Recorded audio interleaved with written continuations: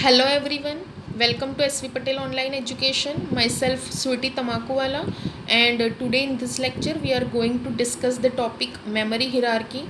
In the previous video we have learned the topic instruction execution cycle, and in this video we will learn the topic memory hierarchy.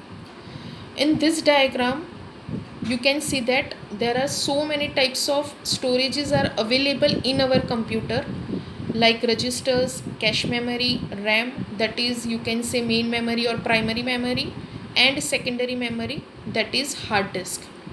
In this diagram there is a triangle that shows size of different storages, that is registers size is less than the cache memory size is less than the RAM, and RAM size is less than the secondary memory, that is hard disk. आप सबको पता है कि आपके computer के अंदर जो RAM की साइज़ होती है वो 4 GB या 8 GB तक की होती है, and secondary memory that is hard disc की साइज़ 500 GB से लेके 1 TB तक की होती है. ट्राइंगल के लेफ्ट हैंड साइड के ऊपर एक एरो है जो नीचे से ऊपर की तरफ जा रहा है, दैट रिप्रेजेंट्स द स्पीड. जैसे जैसे आप स्टोरेजेस के अंदर ऊपर की तरफ जाते जाओगे the speed will be increased. उसका मीनिंग ये है कि registers access is faster than the cache memory access, यानी कि प्रोसेसर रजिस्टर्स को फास्टर एक्सेस करता है rather than cache memory access. The cache memory access is faster than the RAM, and RAM access is faster than the secondary memory, that is hard disk. वैसे भी हमें कोई भी programme अगर execute करना है तो उसे पहले हार्ड डिस्क से मेन मेमोरी में लेके आना पड़ता है. इसीलिए बोला जाता है कि memory access is faster than the secondary memory access.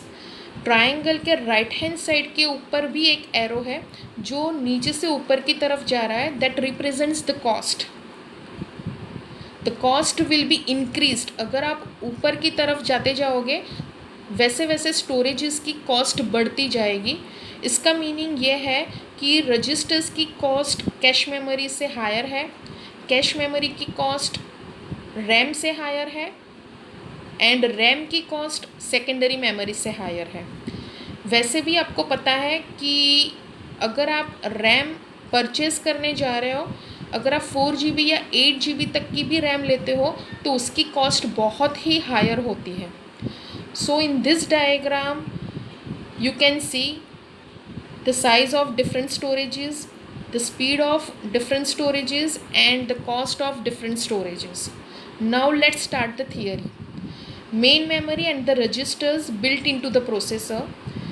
जो मेन मेमोरी एंड रजिस्टर्स है जो प्रोसेसर के अंदर है, that the CPU can access directly, उसे CPU डायरेक्टली एक्सेस करेगा. Machine instructions can take memory addresses as argument but can not take disk addresses. वो disk addresses को कभी डायरेक्टली एक्सेस नहीं कर सकता.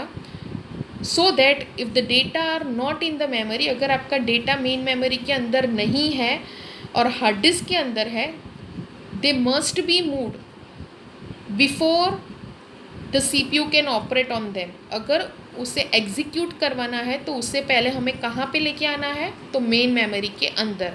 हार्ड डिस्क से कहाँ पे लेके आना है, मेन मेमोरी के अंदर. Next, registers that are built into the CPU are generally accessible within one cycle of the CPU clock. registers जो CPU के अंदर है वो फास्टर एक्सेस होता है. Normally 1 cycle of the CPU clock में उसके अंदर के जो भी डेटा है वो एक्सेस हो जाते हैं. while memory access may take many cycles of the CPU clock. जबकि हमें मेन मेमोरी से अगर कोई डेटा एक्सेस करना है, it can take many cycles of the CPU clock, so that the processor normally needs to wait. यहाँ पे processor को वेट करना पड़ेगा because it does not have the data for the execution. उसके पास कोई डेटा नहीं होगा एग्जीक्यूशन के लिए. This situation is intolerable. The remedies, इसका सल्यूशन क्या है, to add fast memory that is cache memory between the CPU and the main memory.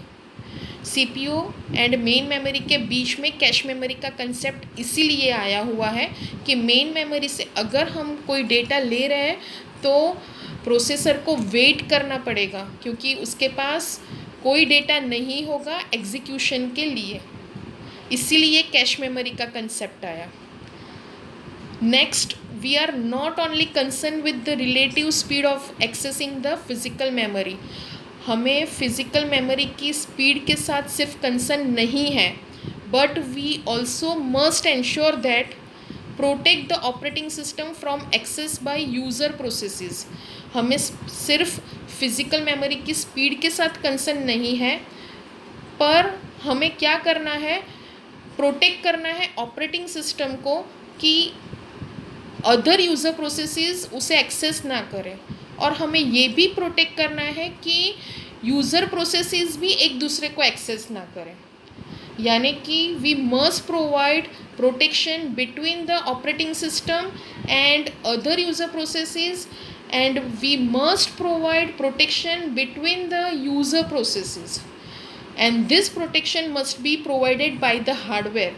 और ये प्रोटेक्शन प्रोवाइड किया जाएगा हार्डवेयर के थ्रू। It can be implemented in several ways, और इसे बहुत सारे तरीके से इम्प्लीमेंट किया जाता है, that we will see in the next video. But उससे पहले we make sure that each process has a separate memory space. हर एक प्रोसेस की मेन मेमोरी के अंदर सेपरेट मेमोरी स्पेस होनी चाहिए, और यहाँ पे जो भी एड्रेसेस है they are legal addresses for that process, and the process can access only these legal addresses। तो ही यूज़र प्रोसेसेस एक दूसरे को एक्सेस ना कर पाएगी, and the operating system process को भी यूज़र प्रोसेसेस एक्सेस ना कर पाएगी। By this way we can provide protection between the processes, and this protection must be provided by the hardware that we will discuss in the next video।